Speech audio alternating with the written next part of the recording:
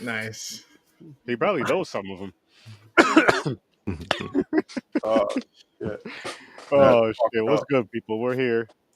We're back with another exciting, awesome episode of excuse me, damn, Horror Wizards 30. And there's a few of us here, but we're waiting for somebody, so fuck introduction for now. We're waiting for Mick at night. Mickey, There he is. the Manhattan. Hey. Look at that timing. Hey guys. There Hey, you go. Hey, No, you're good. You're good. You're good. We told them how'd what you the were nipple doing. hairs go? Huh? How'd the nipple hair bleaching go? Good. Yeah, Real good. Yeah, I didn't I'm think you real could get happy. any blonder. That's always blonde. It's a platinum down there. It stays right with me. It'll never go away. That's good. That's good. Sounds like it could burn. No. You should burn, Joan. Calm down. And we're here. We're all here. The party is here. It is myself, Sir Sturdy, worst Damn Gamer ever. He is finally back, people. Mhm. He's finally back to stay. Let's see how long he stays. You know what? I got to hang on. While we're on him, and I'm going to have something to say about everybody. It's not Donald Trump. Do we have to gush for the next one? No. Listen. While we're on this one right here, you know what pissed me off about him leaving? Was Kelvin disappeared not too long before that, right? And my main Spanish guys were gone for mad freaking long. Kelvin still hasn't came back yet. What are you talking about? I've been a part of your realm with Chris for a few years now. I've never heard of Kelvin. Listen. I've never heard of Kelvin. No, Exactly. there is a Kelvin. Yes. I believe you. I'm The saying mystery Kelvin. you can't be like, listen, my two Spanish guys left. Kelvin doesn't exist. Kelvin is Kenneth Nilsson at this point. No. Kelvin's He's a ghost. He's a ghost in the wind. Kelvin, He posted in the group at least still, so he does that. Kelvin is one of those busy people who used Puerto to eat Rican things in on New York. live. Also, He what? Kelvin. he used to eat his dinner and everything, chilling. Yeah, it must have been a Latin thing. It was just those two. I'm telling you, it's annoying ASMR. They eat full meals too. It's not snacks. It's like full meals. But so anyway, I'm glad to have my amigo back over here. Oh yeah. And then we have this guy down here who also took about 6 months off himself last 7 year and a in half, get it 2023. Huh? 7.5 months. 7.5 months. What? That was a 2023, right? Yeah. I was in a Yeah. fucking rehab center. Yeah, he That's decided a damn to good excuse. Yeah. injure himself, Broke so he my would ankle. have to miss the pod Awesome. for about He 7.5 spoke some months. shit about Kelvin and then had to take a hiatus. Mm-hmm. He was coming for me. I was hiding. You don't mess with it. You don't mess No, with it. what really happened was he tripped masturbating. Wow. He tripped. It's when the tripod thing doesn't work. Mm-hmm. And then you just gotta land on your nose. I don't know this person, so would they go like this or be like that? Oh no, it was James when he hurt his Oh, ankle with in 2023. me. Well, what I did was, if I I'm hit feeling that, I fall into a couch and start thrusting. And I have then, actually seen people do that. and like I stick it right in between the cushions. Nice. Jeez. I even cut a little hole on the side so mom doesn't know, and then I'll run for vice president. Now after James, we have Professor T, the legend Trevor, That one for you. Good morning. Now, he Good disappeared. evening, everyone. and he Thank you for was having me listen, as always. Trevor was highly requested. He is the most popular one of Horror Research 30.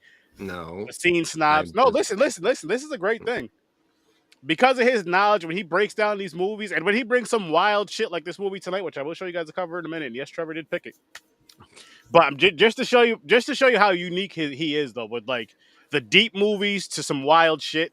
He has stories and everything about it, and just a deep dive, and it's beautiful. It's awesome. But we missed him for Resident Evil and Underworld. I know he didn't want to see that shit, but I would love to hear his deep dive on that. I know it's not going to happen. But maybe someday. Dive on those Well, movies. just thank you for having me as always. Of course, it's. I told you, you're family, Trevor. You're stuck with us now. You're stuck. You're locked in. And we have. Oh yeah, it's just Mick. It's Mick. I knew that was coming. I knew it was going to be grandiose for everyone. and then it's like, no. I got I'm some mixed for you, here, by the Mick. way. I got some for you, Mick. Don't worry. Oh shit. This fucking I've guy's told here Mick this again. plenty Chris of is times back. behind Why the are you scenes. still here? I told Chris, I told Mick this a lot behind the scenes, a lot lately. He wasn't supposed to be white. So what had happened was at birth, his parents colonized his seed. So that's why he is the color he is. He was either supposed to be some sort of Spanish or black. He grew up in Little Puerto Rico, and him and Chris argue like amigos, or how do you say brother in Spanish? East Harlem? Hermano? You have somehow worked I don't other know. people into this thing where you're building me up. No. But I'm just telling you how you guys relate and bounce off each other. Why it all makes sense. Jersey. His father was a trumpeter for the Fania All Stars back in the 70s. That's true. That too. And I mean, we have Godzilla. We gotta get him a onesie, and we have Puerto Rican King Kong up top. We gotta get him a onesie too. I'm not ordering any onesies for size 6'8" because they all come from China, and there's nothing wrong with that. But I can't afford it right now. That's true. Yes. All right, we'll have to figure out something else. They do. My Snorlax onesie came from China. Onesies It was, and I get still for the love night. that thing. But yes, we're all here. And Grandizer and Wilkes. Is that all I got?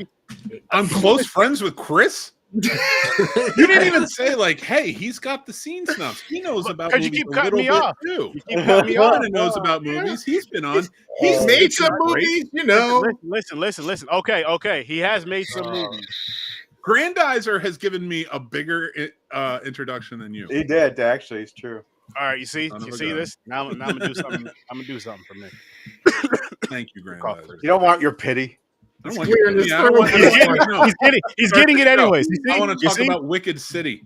You see, this is how this is. You know, you try to be nice to New Jersey, and this is how they act. Get the fuck out of here. You know? Well, before we start talking about Wicked City, I just wanted to say to the gentleman below me and the gentleman up here, and also everybody else, but Don't compare me you to guys, him. you guys have been mentors and allowed me to open up in a lot of ways I have not been able to open up before.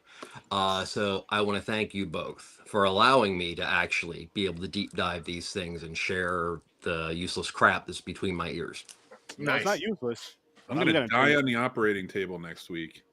And thank you, Trevor, for giving me something to think about and remember. Something sweet, like Sturdy gave to 3 other people in the family. You didn't let me finish, man. But we'll see what happens. But because of Trevor, boom. Now I'm Sturdy the mentor. I'm gonna fuck what anybody says now. That's stamped. You see that? Yeah, Sturdy the mentor. That is stamped. You hear me? That is stamped. He said we were mentors, and I somehow am listening to him say Sturdy the mentor. Why you could be Mick the mentor? I didn't say you couldn't. I'm just stamping it. Listen. When the professor says you're a mentor, that's something you should be proud of. That is That's true. something you should be proud of. That I'm not laughing at. You see? Your trivial ways of introducing me, I will. We'll work on that, Mick. We'll work on that. See how they gang up on you. Yeah. It's messed Notice up. how I'm staying quiet because I Chris just hasn't got shut back up and the I'm entire usually time the one about me. I'm usually the one they gang up on, so I'm staying quiet now. It You varies. can't tell, it but on varies. TikTok right now, he's doing sign language about how fuck Mick. They're not gang signs, folks.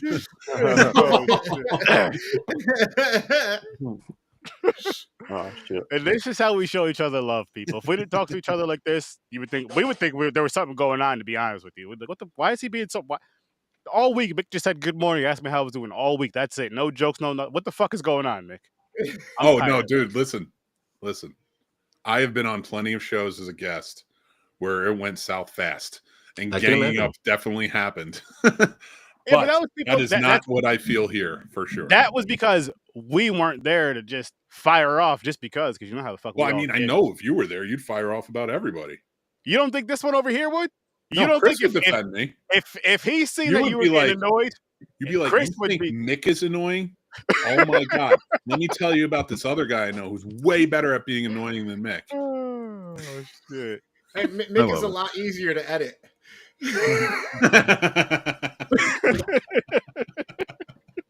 That's true. All right, fair. I'll take it. It's true. It's a compliment. At least I got one finally from Chris. Hey, listen. He'll say something fucked up to you in a little while. Don't worry. Oh, I have no doubt. Before a stop, little, my kidneys hurt. before more of our randomness, the movie that we are reviewing this week is Boom. Anime. Wicked City. Nice. Came out Can I in ask a question about 1980. what you're doing with the anime? What are you talking about? I'm reviewing it.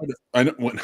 I mean, you asked. I didn't ask a question. I said, "Can I ask a question about?" Oh what yeah, you're hold on. Let doing me just do this. with Wicked City came out in 1987, and look Mhm. at Sturdy. Look at Sturdy, the mentor. That is just awesome. Thank you, Trevor. I appreciate that. No so much, problem. Professor. No problem. I really do. I don't have a big enough head. I do, but listen, I appreciate the kind words, but I'm not going to call myself Mick the Mentor. Actually, You don't have to. What about Mick the Mentalist? I'm not really a mentalist. I just know when people are bullshitting. Mick the Demented? That's probably more likely. There you go. Mick the Demented Mentor. Mick the lie detector Manhattan. Mick the Dick. I was thinking that, but I wasn't gonna say it. But you're missing a word. It's supposed to be Mick the Small Dick. No, but that's too much. Good night, everybody. No, I just gave you like 2,000 likes on TikTok, and I hate you for it. That's what they call love, people. Damn, Granddad just said even the subs was messing with Mick. It said unsub to Mick's channel on the Cat prices were on. Even Granddad's getting in on the jokes. I love it. I love it. Listen, I love it. I am so sorry, but this does feel familiar to how family treats people. So, I mean, But we actually like each other. Mikey Poo. I am a true believer that family is no longer defined by blood. Oh, Well, I was too until Sturdy started trash talking me today. That just shows you, I can't hug you, so I got to talk shit about you because you're so far away. Listen, I'm gonna escape. I'm gonna escape one day up to Vermont. 1987, and I would love Trevor. I want to say something. I want to say something really quick about this movie. It gave me Men in Black vibes. Right on. Yeah. Mm-hmm. Interesting. Yep. Trevor, that beautiful deep dive that you do for this, because this was not only because this was your pick, but you were excited about this. And then what I got to mention this in our group chat. I'm not gonna tell you everything we say because we say a lot of shit on here that we won't say it on here. But one thing he did say, he was like, I forgot how fucked up this movie was. I just started laughing. Yeah. So yes, you're gonna get some fucked up shit from the professor at times, but he's gonna find a way. It kind of goes in a line because the really crazy stuff comes at the end. But there's also a live action version of the novel called Wicked City from 92. That's insane. So yeah. Nice. Yeah.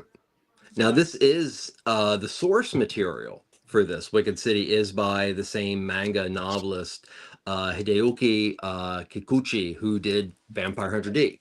Oh, And the director for this, Oshiki Kawajiri, will go on to direct Vampire Hunter D 2, but also the Animatrix and Ninja Scroll. So this has got like a powerhouse group of people working on it. I love Vampire Hunter D and everything, but this one spoke a lot more to me in the fact that yes, this is something with Kokichi's work. It seems to be very Western centric because you feel noir. The color palette for this film is very reminiscent of early 80s Argento. The buddy movie is referenced. You got to remember that the novel only came out like a couple years before this movie.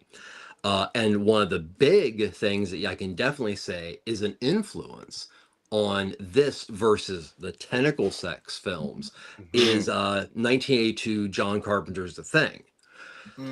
Huge influence on this film. It's only touched upon slightly as far as direct, but they're shapeshifters mostly. In the movie, there's more of a direct connection to them being shapeshifters. And unlike the traditional hentai, which if you're not familiar with hentai, that's basically anime that is as dirty as you want. But it usually features some element of tentacles in a very Cthulhu way in various orifices. This film is different. You do get a lot of sex, sadomasochism, very cringy, awkward situations, but it works well into actually telling a great story. As I said, I even, this is pretty, I mean, it's almost like reversed Mulder and Scully between Taki, who is an agent for a company, the Black Guard. And you said about Men in Black. So the Black Guard exist, but they exist in like a retail situation, and it's all hush hush. And what they do is they help with maintaining a peace treaty between the humans and the demons of the dark zone. The film basically follows the fact that you have this peace treaty coming up and they have to protect somebody. So you have a demon and a human working together. So yeah, Men in Black vibes, buddy movie vibes. But I also see where this, the animation in certain ways kind of reminds me of like a flashy Sin City. So I can see that. It's interesting you said that there was the same guy as Vampire Hunter D, because it almost felt like a completely different style of anime. So it was kind of really cool to now that you brought that to the light. Yep. And Trevor, Grandize, how did you find this movie, and when did you first see it? When I was in college, I saw a handful of animes that were popular at that time. And this is one of them. Perfect Blue, all these. But for this particular one, my first introduction was actually to the Hong Kong live action remake from the 1990s, which was a straight to video release produced by, he was a script doctored by the man Sui Hark, who was the director for Peking Opera Blues and Once Upon a Time in China. So I've always been like massive into the Hong Kong movement, tracking down those Tai Seng video cassettes. So that was my first introduction. And then when I heard there was an anime, I was like, I gotta see this. And, I hadn't played with either of them since my college years or a little before. So it was really nice revisiting them. Nice. This is there's a lot of character in this film. Like the Giuseppe Maynard, who is you never know exactly what he is. He's kind of Yoda-ish. He's a flat out dirty old man. He's magical. You don't know, but he's the one that's supposed to be protected, which if you get to the end of the movie, you discover that actually it's all a big, flip-flop, that they had decided that for the demon world and the human world to actually coexist, they needed to find the proper DNA of a human and a demon. And the whole thing is based on that. But Giuseppe Maynard, now there's the guy who plays him, which if you heard the Japanese version, a very distinct voice, Ichiro Nagai. He was a Ninja Scroll, Dragon Ball, Detective Conan, Astro Boy, Studio Ghibli. This guy had when he was I think he died a little bit ago, a couple years ago, 350 plus acting jobs. So if you watch the Japanese version of this, Giuseppe is really cool because you hear his voice in like almost every anime. So, and also it was really weird, this juxtaposition of Taki and Maike, who is the agent who is on the demon side, are very formal. There's a formality to everything, and they're protecting this little shit. But this little shit kind of is playing a role. I just had to point that out because I think that character brought just the right amount of comic relief. Yeah. Oh yeah. Oh, this is a first time watch for me, a Grandizer. Yeah, same here. Same here. Same here, guy. Shit. This was definitely an interesting one for me. Like I said, fucking off camera, I was like, there was a lot of killing and fucking in this movie. Well, this movie also. Oh, I'm sorry. Oh no, go ahead. Go ahead. I was just gonna say really, really quick before I forgot. We talked about what this movie possibly pulled influences from, but you gotta look at the year '87. And to me, I watched this, and one of the first things that popped in my mind, besides Men in Black, was Matrix.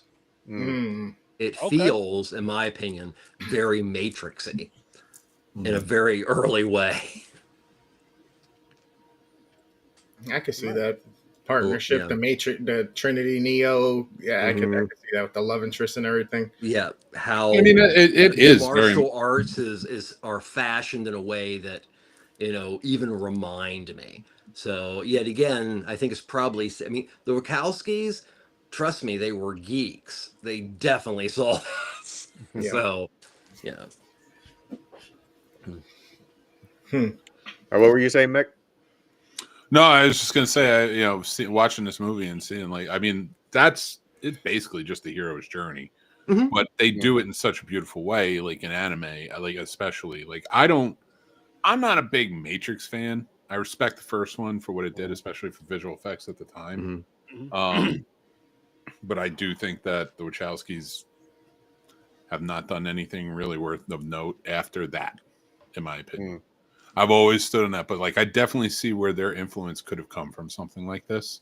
And this was one that took that hero's journey and really did a good job with it, and twisted it on its head a little bit with some of the themes in the movie too.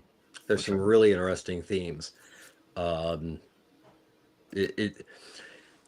really like the part of the film in which they, Taki and Makie finally discover that their union is the whole point of everything. And Giuseppe literally is like, oh, we just took a guess. Like, you guys could have really just hated each other and we would not have, it would be an utter mess and the demon radical fundamentalist would probably take over. We just took a chance on that. So thank you guys. I thought that was really, I got a kick out of that. Oh, yeah, I got a kick out of this freaking movie. And when it came down to the end of it, it was a film that solved a problem based on forbidden love. Now, as you said, Mick, narrative, boom. And that's hardcore, simple narrative, which simple is not a bad thing. No, I honestly, I would argue that more movies need to use the simple storylines in those setups more and more. You can argue all you want, but the first Star Wars is still widely what people love, and that's one of the most simple stories you can tell. It's literally it's not like he diverged from it really. He read the book and was like, I'm gonna make this movie in space, I'm gonna make this movie in space, so I do think that more movies, I think that's a problem with writing screenplays today. Most of the writers that come out that are writing, and I'm not talking TV writers, there's a lot of different writers and there's a lot of different methods and stuff that you use within. I'm talking about feature film writers who are writing original things. I see stuff like this from the past, or like Akira, or other, and I'm going with the anime theme on that, but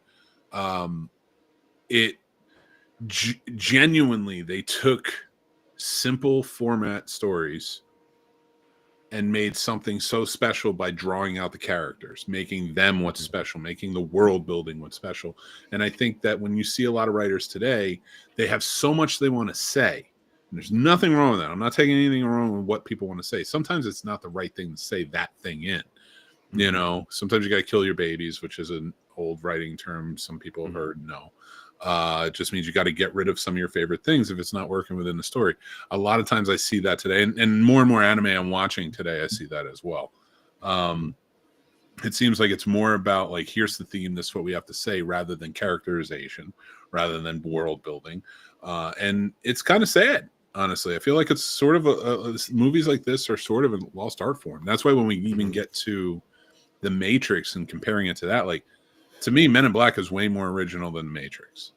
I think The Matrix, but also because the world building and the characters and that, you are connected to it. You like The Matrix because of the things within the filmmaking realm that make that important. But is the story really anything that special? Fun, enjoyable, and I can see why it's a lot of people's favorite movie. Favorite, really? Yeah, I can see like where some people, but like real, like, not like you, like film fans. Okay, more of well, no. Because what I'm taking by that, see how I'm going to flip this, as you're saying, maybe more so of like the fan of like how it's shot, this, that, and the third versus the actual movie and story and shit. Yeah, I mean, You know what I mean? There are movies that I definitely appreciate more for its filmmaking than its story. Like, I got to The say more Matrix like is one of those output. things. Yeah. Like, I do appreciate a great story, but I can watch. Like, listen, most of Marvel is just at this point just watching characters, not even watching stories at this point. Great stories. I showed my partner Guardians of the Galaxy last night. Nice. Okay. Another contrary for nowadays, that's a simple story. Very simple. And this is the thing, like 87 when this Wicked City was released, you still had movies like Dead Ringers, Officer and a Gentleman, all that kind of stuff getting mass released and making money. Something happened that the idea of building films that are going to be released to large numbers of theaters that are about humans versus spectacle just kind of disappeared. And it's a shame because, I mean, you even see it in the rather risque anime that we are watching here from 87. Yeah. And to answer Grandizer's question, no, I saw this fairly recently. And most of the anime in my life that I saw early on is like a handful of them. Akira, for sure. I watched Akira a lot when I was younger. I mean, it's just, but like, to me, that's a basic answer because it's like one of the best of all time. So like most people are going to see that. I think if you're not a fan of anime, but a fan of movies, you should still see it. Oh, yeah. It's fantastic. So I've seen Demon City, which I think but I saw that even like 5 years ago or so, you know, during a watch party. So the same with this. Fist of the North Star I saw like early on. So like movies like this, like it's fun to actually get into them when I'm older. Okay. I think I have much more of an appreciation for the animation style, for the storytelling, for just Japanese style in general and culture. So, no problem. I'm going to say this really quick because you know me. I got to derail the train a little bit. The scene that will be stuck in my head forever is when that girl was naked up on the wall and she fucking squirted. Of course that is. Of course that's your scene. Yeah. It caught me off guard. I was like, she's what a the fuck? spider-like creature. Where do you want her to shoot it out of? It made me laugh. I did not expect that coming. I was like, holy shit. The first scene had me fucked up. I was like, all right, cool. Dude's going home. Cool beans. We're going to learn some shit about him. He's a suave dude. He's kind of seems like he might be Bondish type. All right, cool. And then her snatch tried to eat him. Yep. Before you could eat it. Eat it or be eaten. It was just to get the DNA, right? Yeah. Yeah. Which was just She was like, cream pie. That's all I wanted. I'm out. Jesus. there he goes. There he goes. But hey, listen, that's okay. It's okay. Granddad, I feel like a lot of these movies, especially these animated ones, they came out exactly when they were supposed to. Acceptability with certain things in pop culture and stuff like that. This was starting to come to light. So I feel like everything happens for certain reasons, and this is one of those things that falls into place. Because without the genre starting, like we said, with things like this, early 80s, and then Akira, and then we get Dragon Ball, we get all these other things that we know for decades. It has to start somewhere, and something has to get pushed in and have a wow factor. And I think this is part of how it became such a big thing in our current culture.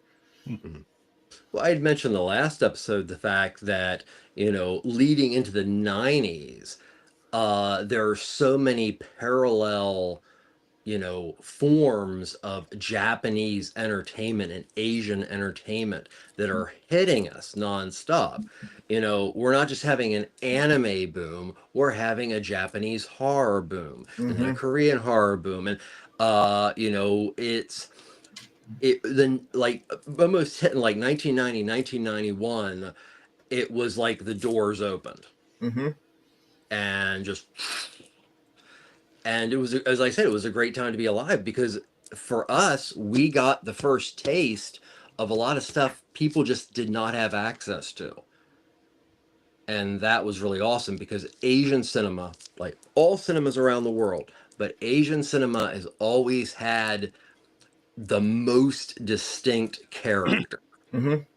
Whether it be an intense drama or it be a film about a witch that eats babies out of people's vaginas. Either way, and yes, they're I'll both. watch it. I was about to say, hang on. Before we go any further, what is this movie called about witches eating babies out of Queen of Black Magic with Susanna from Indonesia.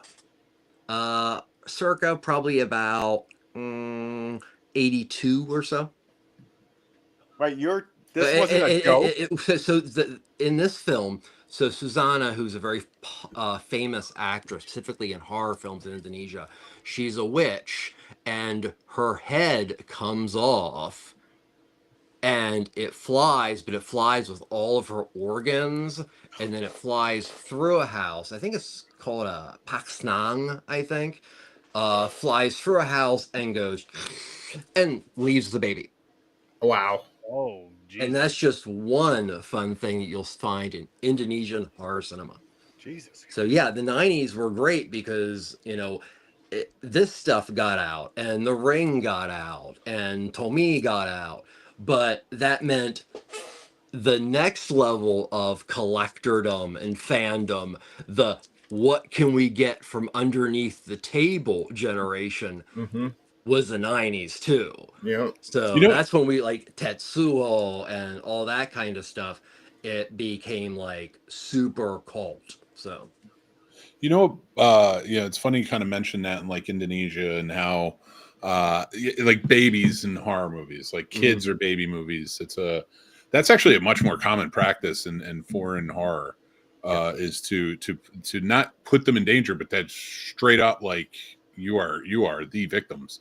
Going at, and I think the reason it's been so interesting, because like in America it's very taboo. Like if you kill a baby or a child, you almost never expect it in an American horror movie, because you're like, they're never going to do it. So when they do it, it's almost never on screen. So it's still like there's a predictability factor there, but it's so like it's a little much extreme when I like say Serbian film or things like that, and things that are really dark. But because these other countries, infantile death and children's deaths are like a part of their normal everyday, it's crazy to see the disparity versus American films, and like you have to take like it is. I would love to talk to people from certain countries where you have certain movies that are like that. I can think of a handful, and talk to people from those countries who maybe have seen them, horror fans, and be like, is this like something like, I realize this scene may not be normal, but is this something that really comes into like when you watch it, like when we see a child in a horror movie here in America to get like offed, let's say, because I don't want to get in trouble on any of the things, but get offed, let's say, it's jarring, And now I understand kids in general are jarring for everybody, but I wonder, like, what's the disparity, especially in like Japan or things like this, because anime takes it pretty far. I got something to say about that though. Like, if it fits with the story well, I enjoy it. I prefer. Well, I'm not saying it's bad. I'm saying no. I would love to see what you're going into. Like, talk to people about I'm wondering if that's. I wonder if that's part of it because it tells the story better. You know what I mean? In a sense, if it fits with the story and it makes sense with the story, it kind of tells the story better, and it kind of, I mean, adding it onto the horror element of it when it's not even a child being going away, so to speak, but being a part of the scare. Because it's with that and it's with the elderly. I feel like they do it the best. Foreign countries, I'll say Asians do it the best because they make it the creepiest. Here, it's not scary. Over there, it's creepier. And you get the whole thought of how innocent a child is, or how innocent the elderly is, or how they seem, how they're portrayed all the time and everything. And shit, for the most part in real life, old people can be fuckers. I think. Oh, go ahead. Sorry, I think it also has to do with different places in the world. They have different beliefs and understandings, different mythologies and stuff like that, different ways of teaching lessons. So some of these may be part of tales that are like passed down, and they're illustrating them and stuff like that. You know what I mean? Like that could be it too. La Llorona, right? Like the crying lady. That's old Mexican or South American, right? We have things like Boogeyman or Candyman, Bloody Mary, stuff like that. So sometimes that correlates to it as well. It's just different, I guess, social climates and their understandings and beliefs as well. Wait, is that an answer to me? No. I'm saying. I was thinking. No, yeah. No, like we were just saying how there's different things that they show, like the baby situation that we were talking about. I was saying that I think some of that comes from just different beliefs and how they teach different lessons or tell different stories that also could be passed down. You know what I mean? Type deal. Well, I was more like referring to like when we talked to we've talked about this before, like even in American films, like white films versus black films versus Latino films, like there's very much. Honestly, when it comes to white films, it's just there's more fucking whimsy and magic. But anyway, whereas there's a realism in other films. That's why I think I was trying to draw on when it comes to other countries and seeing that this is something that kind of comes in there. Is if that's sort of like such a reality every day. Because every day, look at just year alone, every day we're looking at things that change our views. And that we've never seen. It seems like very un-American in a lot of ways. But so like when I think about other countries, I think about it from the viewer's perspective from that country. Is this realistic? Like if it wasn't in there, would that be considered more like is art imitating reality? Yeah, I got you. So sort of like it was just a wonder I had, and I'd have to pull up some movies. I think I actually have kind of an answer for you. Especially if you look at countries that are predominantly Catholic.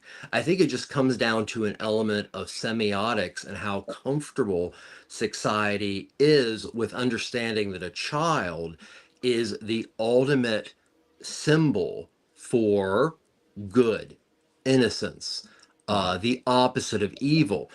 And I can just go down a couple movies. Don't Torture a Duckling by Lucio Fulci. That was Italy. Come and See, which is a war film from, I think, Poland. Probably the best. And then you go to Latin America and you have How Can You Kill a Child? But in this take of Japanese films, a lot of the violence and a lot of the absurdity comes with a lot of reference to trauma from Hiroshima, Nagasaki, the occupation. So I think you see that more because it is a direct symbol. And I don't think the United States likes symbols. It makes them uncomfortable. Well, I highly disagree with that statement. I think, which one? If anything, the United States loves symbols. Everything's but they get them totally wrong. That's it's a different. But I think there's like this. There's like to kind of contest you a little bit on your point with that. Just a bit is like even with the Japanese. Well, yes, most of them are going to be about that. But if you think about it, even only like I think, and I'm only going off of maybe about 2007, 2008 numbers. 45% of the country by that point had been born after those events, after World War II and those events of the bombs being dropped. So like they were, there was a great documentary. I think it was a White Lightning, Black Rain. If you ever get a chance to watch it, you should. It's about the bombings in but from the Japanese perspective. Right. And they say in that a majority of the population at that point didn't know. They don't know anything about them. So it's be interesting even more so getting like almost 20 years removed from that, from those stat stands, where we're at now, and like especially in Japan with something like that, like what does that look like? You know, like do these filmmakers, these young filmmakers that are stepping up now and things like that, do they draw from things like in World War II, like, or is it something completely different? Because there's been plenty to go on, especially with 2012. Like you have the fallout from the nuclear power center, you know, and stuff like that. So like I'd be interested to see like what they are drawing on. I need to get more into more contemporary Japanese films to kind of like analyze them a bit more. But to kind of contest a little bit with that is, I think that's sort of what it is, though. That's where I'm coming from. Like Come and See, that's a great example. Come and See is a one and done. I don't think I'll ever watch that movie again. It's the most horrific horror movie I've ever seen, and it's not meant to be a horror movie. It's a war movie. It really is. And anybody who is a film fan and doesn't mind it, watch it. It's worth that. But like watching things like this, where yes, there's heavy symbolism in these different countries, especially, and I like that you pointed out Catholic, because especially in Europe, that was such a dominant factor, especially back then. You know, what was the movie about the Vichy? Army of Darkness. Army of Shadows. Army of Shadows, yes. You know, like another one that had like this very dark, it's about the war, it's about the Vichy, French resistance.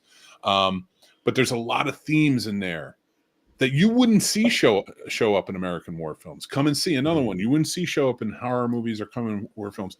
They go too far. Like our idea when we think about the Holocaust, or we think about, and I'm using this as an example, but if you, Soviet anti-war film, it's a fantastic film. You should definitely check it out. Is like Schindler's List, which is a deep movie. But for America, you Come and See is not, it's not a Holocaust film, of course, but it's set in the same time from the Russian perspective. It drives it home more. And there are other Holocaust films, I will say, like, you know, if you were so inclined to watch and learn, that are fantastic for that. But we get like Schindler's List, or we get Saving Private Ryan, or we get these, it has to be steeped or just even submerged into like this hero-dom. We can't have dark times that end dark. We can have tragic movies, we can have comedy, like, but in America, it's not the same. That's why, like, I would love to get the perspective more from other countries' audiences. And like, what do you think versus American films, which are crammed down every country's throats? Oh, that would be so fun. Versus your own. And like, what do you see? Like, why do you think movies in Poland tend to be darker in theme? That's something that'd be fun to be a part of, Mick. Like, if there was a way we can organize something like that with people from other countries, and we're watching their films and kind of, like you're saying, getting their perspectives of it and why certain things are why I would prefer just talk to audience members instead of filmmakers. Yeah. No, that's what I mean. That's what I mean. Like, say if it's other because fans like us, other fans like us, honestly, like a conversation like this, like over a podcast, would be dope. That'd be fucking phenomenal. But that's always been like my stance on it, is like, when you, and again, I'm not putting down American films. I love American films, but there is a fucking whimsy to them. There's a big difference between like Stand By Me and Boys in the Hood. But there's not a big difference in the themes of the movie. There's not a big difference in the idea of the coming of age films for these teenagers. There's so many themes that are so parallel to each other and fantastic in what they are. But one is way more realistic than the other. And I mean, in a sense, is it a bad thing? And hear me out. No, because I mean, you can almost look at it like Stand By Me is like the one you show, and I'm not even talking race or anything. I'm just saying like the one you maybe show at a younger age. And then Boys in the Hood, maybe like a little more mature version of it. Different type of style, of course, with, you know, the LA thing and the difference in the stories, but still kind of the similar thing like you're saying, but it's like one's more of an advanced version. It's like, okay, you can watch this when you're about 10 to 12 years old. This one you want to wait till you're about 16. depending on your household and your you know how you're raised and stuff. But maybe do not watch Come and See until you have a 401k. You have to be an adult to watch Come and See. At least. Oh shit! Oh shit! That is a movie that will stick with you forever.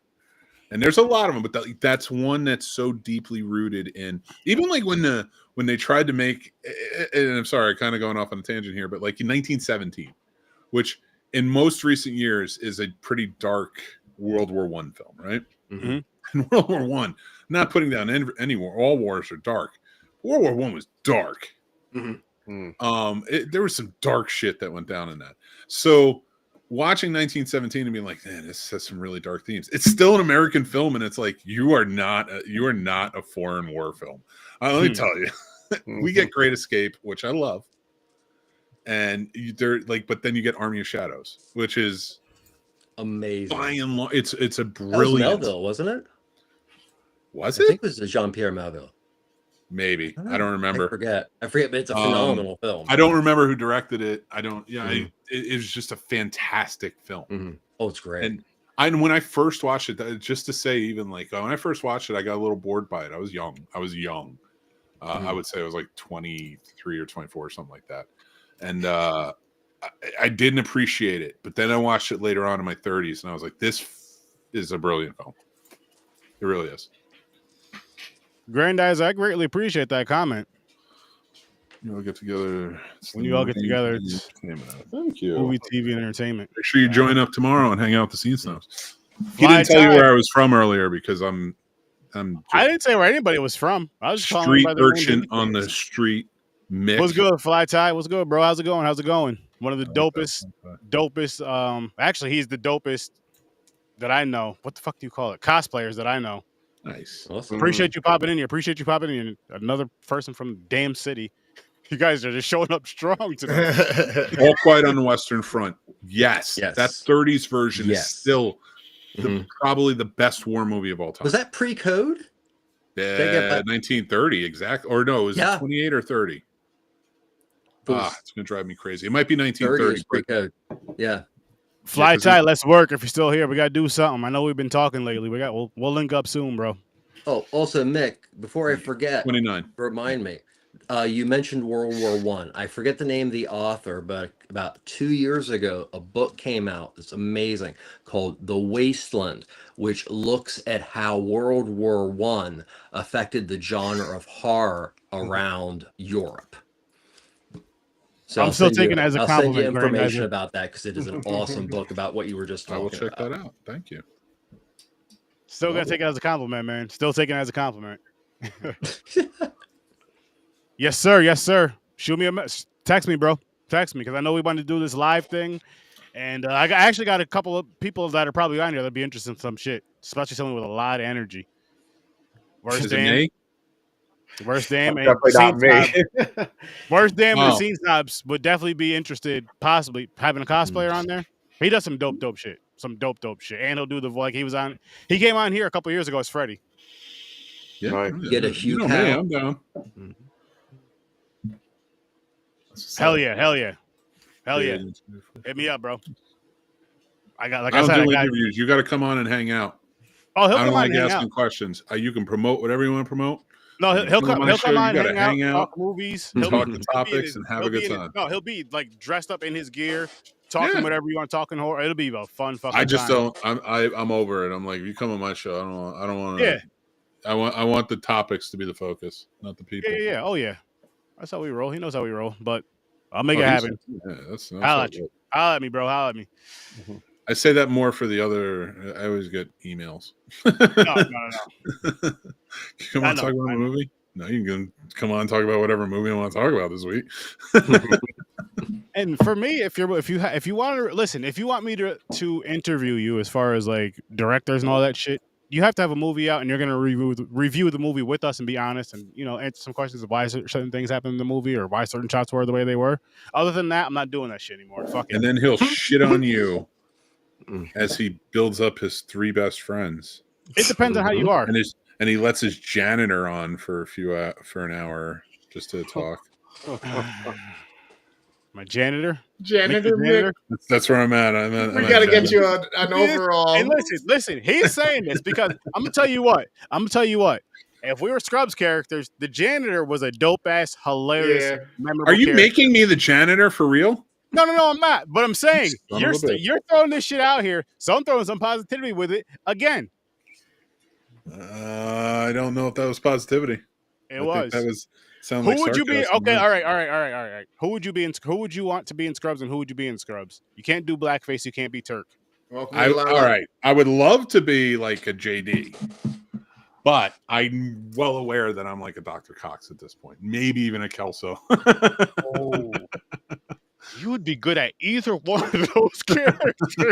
Because you're really good at being an asshole. I'm not funny enough to be the janitor. Ken Jenkins is so funny. Oh shit. There's a lot of great roles on that. You know what? After next week, I'll be Brendan Fraser. There's worse things to be. No, you won't be. He knows what I'm talking. You know what? After that, you'll be the Tide. That was still the best fucking episode of that show. That guy right there. What, was Brandon Fraser? Yeah. Why? Because you cried at the end. That was a deep episode. That was like, deep, and he doesn't know the whole time. He doesn't know. Yeah, that like when I first saw it, I didn't know. I mean, obviously you don't know the way they sell it throughout the day, and then they bring you to the funeral. You're like, oh shit. I want Brendan Fraser to be in horror movies more. And that's something. If you've never seen that show, Scrubs, you guys should go back and watch that because that's one of those shows. Yes, it's a comedy show, but they have a lot of deep episodes in there that they throw the medicine in with the candy, throwing the humor in with the deep stuff. But it works so freaking well. I'm telling you, you and your wife need to watch Psych. If you like, Scrubs, you are going to be in love with Psych. I'll try. I would watch it. It's her. It's the best. She hates best friend group on TV. She hates Scrubs. He's a fake psychic that helps the police department. Yeah, but tell me they're not the best friends on TV. Yes, they are. They are actually. You're right. Yep. It's just it Sean and reminds you of JD and Turk. Yeah. That even more so because they're like, oh my god, it's just perfect, and they're actual best friends in real life. That's the best part. Yeah. They both. It's funny. So it was Donald Faison and what the hell's his name? So that should tell you right there. JD. That's why those shows are so Zach good. Braff. Because everybody got along so well. And I'll tell you, having worked on sets, when you get along and everybody's humming and having a great time and like happy to be there, which is most sets. Doing lines in the bathroom. It's going. No, I can neither confirm nor deny that that's ever happened. It just never. You were never a part of it. But it wasn't most of the sets I'm thinking about at the moment. Those were very weird sets. Disney on Ice has a whole different meaning, don't it? I didn't work on Disney on Ice. I don't want Disney coming after me. Damn. I never said it. Had nothing to do with it. Nope. I love the princesses, the witches, all the shit you got there. The mouse is great. If you can't take a joke, take some coke. That's your problem, not mine. Damn. We probably do, but we don't want to talk about that. We don't talk about Bruno. It's the happiest place on earth. We don't talk about Bruno as Disney's way of being like, we don't talk about those things. Yeah. We don't do it. They do like the Air Force. They give everybody amphetamines. I was trying to be quiet, and then I got on. No. This isn't about being quiet. You don't come on a podcast to be quiet. That doesn't make any sense to me. You do, and you have got nothing to add. You just added a bunch. You gotta believe in yourself more, Mick. Do you believe in magic? You shouldn't. You know what? That's a great movie, by the way, and everyone should watch that one. What? Do you believe in magic? Yeah. Wait, is it? Yeah. Do you believe in magic? Starring Bronson Pinchot, John Larroquette. They're detectives. They're a psychic detective agency too, but he is really psychic. And it took place in the 80s. I love that fucking movie. I've been watching it since I'm a kid, and I will continue to watch it. Do you believe in magic? It's great. I was talking about Pinchot. Long ass hair, Jesus hair. This is like you should grow your hair out like shoulder length. I am. I'm trying to go for like the Keanu Reeves length. Not longer. There you go. It's real long. It's covering my ears now. Nice. So instead of Wick is Mick. Yeah, but I don't see him. Get this man a hamburger.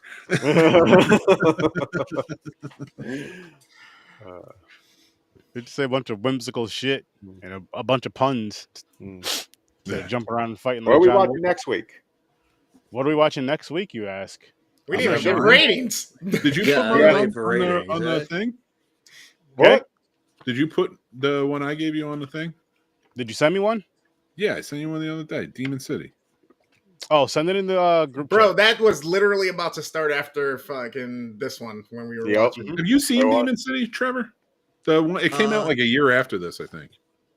I don't believe I ever did. I only watched it a few years ago in a watch party, and it was good. I liked it. Boom. Nice. Yeah, it's got demons and shit in it too. I mean, did they do a live action like on Netflix or something? No, they've used Demon City before. This one is like Demon City Shinjuku or something like that. Oh, okay. Mm-hmm. Jijoku is hell. Okay. So there you go. And also, that seems about if right. Anybody asks, the 2 television shows called The Wicked City have no connection to the source material, unfortunately. Poor Grandizer. I'm gonna look this up. In Bali? No, I've never seen. I never heard of that. What's that? Oh shit! It looks weird. Mystics in Bali, 1981. Yeah, Vampire Under the Bloodlust. Oh, sweet. Nice. A woman researches a book that takes her to the the black magic cult of Leek in Bali. She meets an evil witch who promises to train her in the dark arts. I'm interested. Search 30 the Magic Black. I'd put that up there, but I think it's a little bit too inappropriate during these times. Like I give a fuck. What's everybody's ratings for this? For Wicked City. This is a good one. Yeah, you tell us who, what. I'll go first. Yes. I really enjoyed it. A lot of surprises I did not expect. Thanks, Trevor. Should have gave a heads up. But I really thought at one point I was like, am I watching the wrong movie? Is this a hentai? It's like you're gonna go down. But it was fun. I liked it. It just brings me back how anime was when I first discovered it. That type of artwork and all that stuff. Yeah. So I'm gonna give this an 8. I really like this one. Nice. I'm with you on that with the 8, James. I just like you just said. I love the art style, and one thing that we mentioned more so last week than this week is that anime actually has story. I love that it actually has a story to it, even if it's the simplicity of it. Even when I have the deeper stories, I love both of those. But just that it has a story, I love the visuals in it. I've always loved. I don't know if it's because of when I grew up, like back, the 80s style. Like I love it from back then on, even older on till like up until now.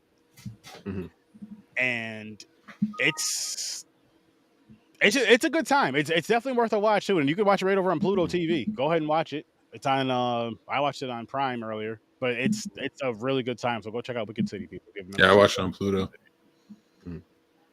But who's next? Trevor, what about you, good sir?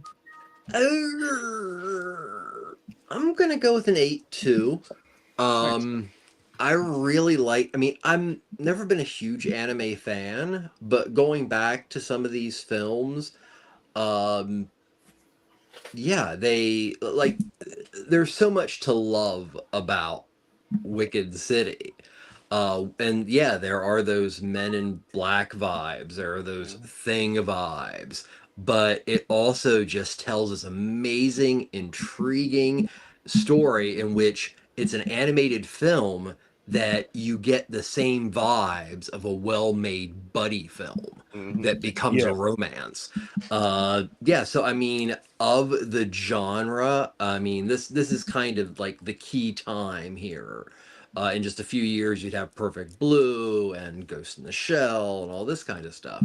But no, it's awesome movie, and the remake I'd give a 5.5, but it's worth seeing because it is a mind.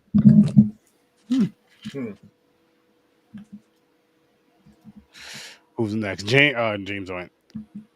Mick. 8. And then Chris. Oh. Did you have anything to say with it? Are you good? Listen, dude. You either want me talking or you don't want me talking. You tell me. What do you want? No, it was unexpected. It's not that it's like, again, I'm not a big anime guy. I'm trying to get more into it. Is the thing, especially with my son being into it. I really want to like connect with him on that front. So I can compare it to probably the best because I've seen most of those. Like I'm not Trevor. I'm not. I don't know who else do we know that knows anime. I know anime. I don't. Yes, there you go. All Actually, three yeah, of them. 'cause, I heard James last week when I went to throw up say that Black Clover was really good. So I'm going to stick with him, that he is an authority as well, because I know Black Clover is good, because that was going to be my recommendation. But anyway, no, yeah, so I have nothing hugely to compare this to. I would compare it to that movie Demon City, in which I would say this is way more off the wall, but I dug it. I'm not big into certain things, certain elements that you see in that, but overall, a really good movie, a great animation. Really dope animation. I agree with that 1,000,000,000%. What about you, Chris? What's your good rating on this one, good sir? I'm in the minority of it, although it did have great animation. There are different things that were cool about it with the development. It was a little bit slower for me at certain paces or whatnot, so it kind of drug it away and kind of didn't really keep my attention as long as I would have liked. And there are certain things within some of the elements of it, like Mick said too, that's just like, okay. And, I wasn't expecting it to be, what did you call it, Trevor? Proto hentai? Proto hentai, which, okay, that's fine. But at the same time, I don't know. It just didn't really keep my attention. It was decent, but not something I would like highly recommend myself. It was a surprise to me too, because I hadn't seen this for like 20 some 30 years, guy. So I remembered it, but I didn't remember it as well as yeah. I think I even ended up texting Sturdy after the scene that opens the film, in which Taki is almost castrated by a kind of spider-esque woman with a toothed vagina, and I was like, Sturdy, you're in for a ride. Yep. Because I remembered liking it, but I was like, oh. I'm not gonna lie, I didn't know that this was a recommendation, but if you had said, hey guys, this is a recommendation, do you know guess who gave it to us? I would have been like, yeah, this is Trevor. This is Trevor recommendation. He's trying to get us to be like, what? Yep. And it's working. Yeah. I love it. I'm having a blast with it. I'm having a fucking blast with it. So yeah, mine is 6.5. 6.5? Yep. Not bad, not bad. Yeah, not bad. Like I said, still fair enough. Worth a watch if you want to dive back into some of the early stages of anime. You know what to expect, and your opinion may be different than mine. Mm-hmm. Yeah, it's definitely worth at least a one-time watch. I'll definitely say that. I had a really good time with it though. But I mean, yeah, see for yourself if you want to watch it again. Go check it out. Don't check it out. I say check it out. Ja Rule. You say check everything out. Well, my whole thing is I'll never tell you not to watch a movie because you might like it. Just because I don't like it doesn't mean you won't. Just because I hate it for certain movies or don't like it doesn't mean you'll feel the same way. You may love it. So I don't want to be I'm not a movie blocker. An onomatopoeia? I don't want to pee on you either, Mick. You want to pee on me? No, I'm going to piss on you. Pee, a little bit of poo. Shit. Ow. Aaron. Covered head from your toes. Yeah. Head to your toes. Are we doing the recommendation? Yeah, does everybody have one? I got one. I sent it to you. Oh, another show or movie? Show or movie. Or movies. Like if this reminded you of something or whatever. Not even just something that you just want people to check out, or something you may be checking out soon. So anime wise. Yeah. Yes. Yeah. Rob, you can pull mine up first if you want. I just saved it to the thing, but okay. Let me grab it. It's not in the horror realm, but if you like cars, check out Initial D and check out Midnight Wing. what's it? Wing. Well, Wing. this one right here is James's. Yeah, so this is Blood C. So this Vampire Hunter D. It made me remind myself of this movie. Nice. It's a series, actually. It's an anime series. Mm-hmm. But this is one of the movies from it.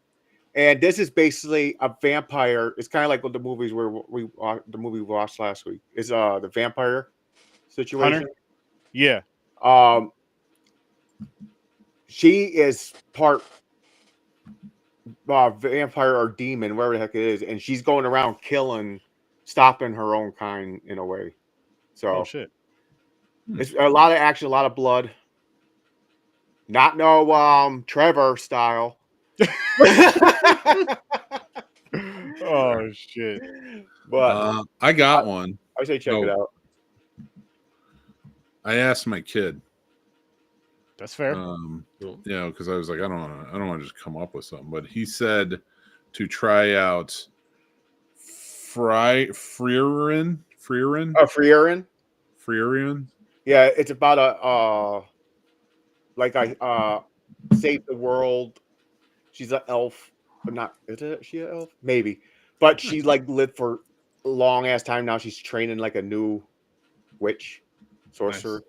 I know it's not considered anime, but I did really. I know what you mean. It's on the anime sites. That is. Oh no, I don't mean that one. I think that one is, but I mean I was going to say Avatar: the Last Airbender. Oh, that's not considered anime. I know. I thought that. I really enjoyed that show, and Korra. Mm-hmm. I enjoyed the Legend of Korra. Legend of Korra. I got one right here. I just seen it's new on Max. I didn't start it yet, so it's like 2 I want to start on Max. I don't know which one I'm gonna start yet because.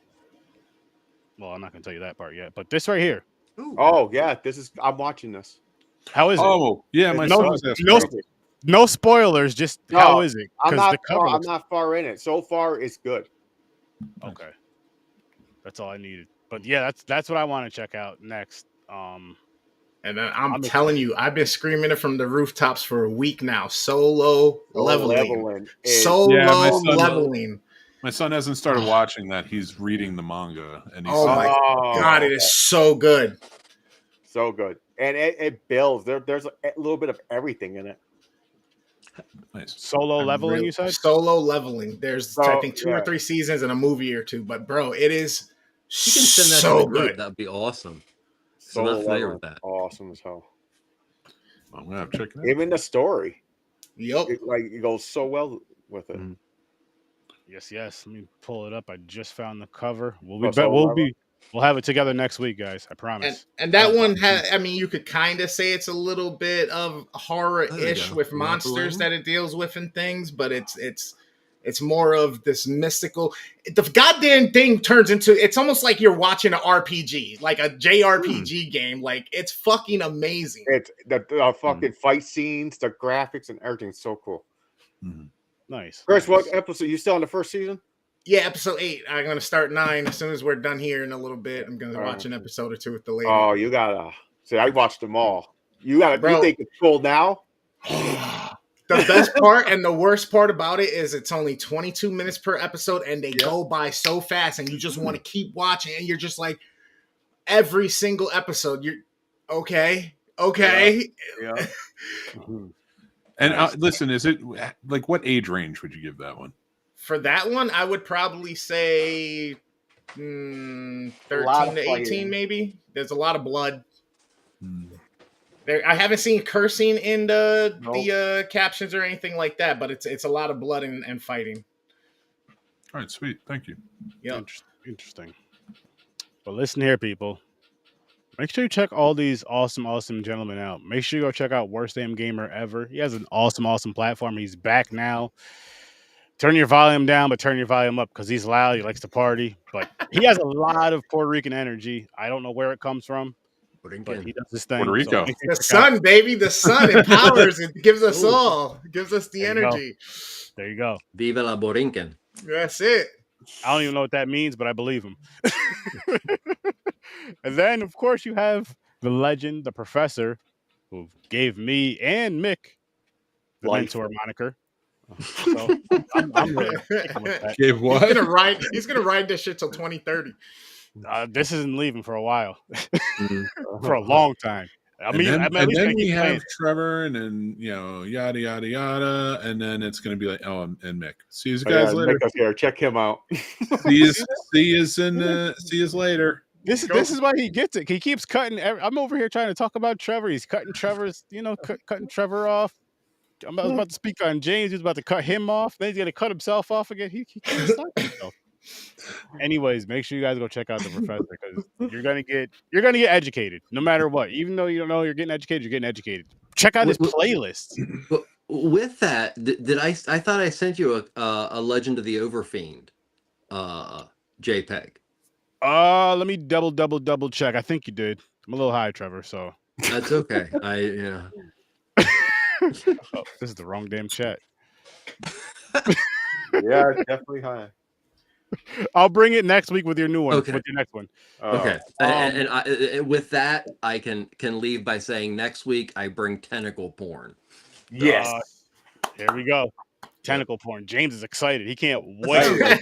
Tapping tentacle porn. Again, this is what you get from the professor. You're going to get some wild shit like that. He said it. He just came out and said, next week I'm bringing tentacle porn. I'm going to walk this way with no pants. Wow. Great segue right to James, our wild card. We never know what he is going to fucking say at all. We think he gets all the crazy out before we hit live, but no, he doesn't. The good thing is for James, the instigator, a.k.a. Caucasian Chris, stories from the bar, is not here. So James is a little looser tonight. He may have slipped up more than, he's been behaving on Popcorn and Pints. We got to give him that. But he's our wild card. You better stick around because it's my turn next. Yeah, ever know what James is going to say, but he's here, and we love him. All right, guys. no, really, the Scene Snobs. They're all. Hang on. Check them out. I'm going to take a sip. He left. Yeah. He did that himself. I did not do that. You guys see me reach down for my water so I can rehydrate myself before I speak on him. He better bring his ass back. The fuck, Sturdy? You see, they see me on camera. My hand's up here drinking water. That was all you. Your hand was down at the bottom. You just let me in. My mouse is right here. Stop kicking me. His stream deck was right next to his water bottle. He hit it with his pinky and grabbed the water bottle at the same time. You see what?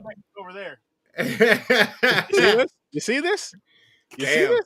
Well, anyway, ladies and gentlemen, you can catch Mick Manhattan on the Scene Snobs Friday night at 8 p.m. And you can also go check out all of his shorts with his little clips of reviews and also fun information on different types of movies. And you can catch him ranting a little bit too. So if you're down for all of that, make sure you follow him as well on the Scene Snobs and join his Patreon as well. Probably won't be any rants this week. Sturdy's not on the show. And on top of that, this dude is awesome at what he does. He's really helped me and pushed me in ways I never thought people would or would even care to do.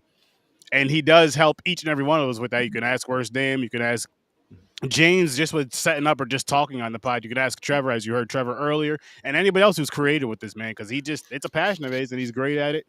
And I'm going to tell you guys something else. Stop fucking copying him. If you can't do it, don't do it. Ask him for the help. Stop fucking copying of him. Stop copying his shit. Do it yourself or join the lab. Ask for help. And if you think it's about you, it's about you. And I may love you or fuck you. I don't care either way. Peace. Right here.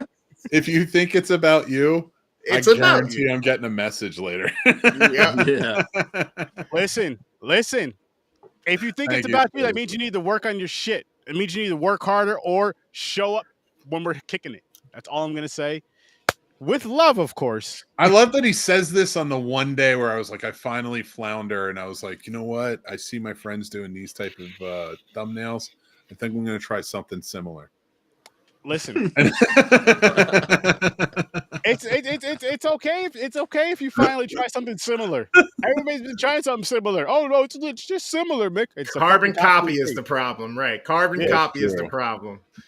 That is true. Just simplifying your Nothing thumbnail. wrong with drawing inspiration. Nothing wrong with taking something, spinning it, making your own. You know what I mean? Yeah, but when you do the carbon copy, or it's just like Tarantino. I mean, boom, boom, boom. I'm just gonna change. All I'm gonna do is just change the letter of what I call my show, but I'm gonna do the same exact shit.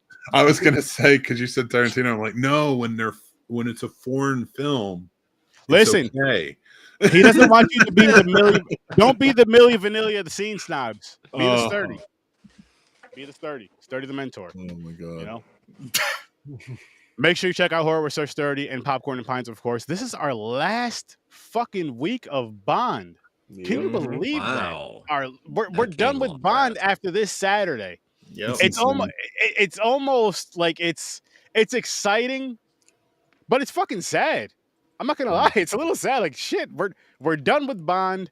We're starting a whole new wheel, which you got to tune in this Saturday at 9:00 Eastern time to see what that wheel is. But it's gonna be a good fucking time. But no time to die. No time to die is what we're ending it off with on Bond. So I hope to see you all there. We hope to see you all there. Make sure you guys tune in and check that out. 9:00 Eastern time. And again, Horror starts starting at every Thursday at 8:00 Eastern time. Fridays you can catch Mick Manhattan at 8. Worst Damn Gamer. Fortnite Fridays at 10. Sir Sturdy tomorrow at 9 or 10, whatever I feel like fucking starting. Phasmophobia. So it's gonna be a busy Friday. You're gonna have a lot of people to just go and tune into. Make sure it's one of us, nobody else. Fuck the rest. Peace. I'll be watching my eyelids.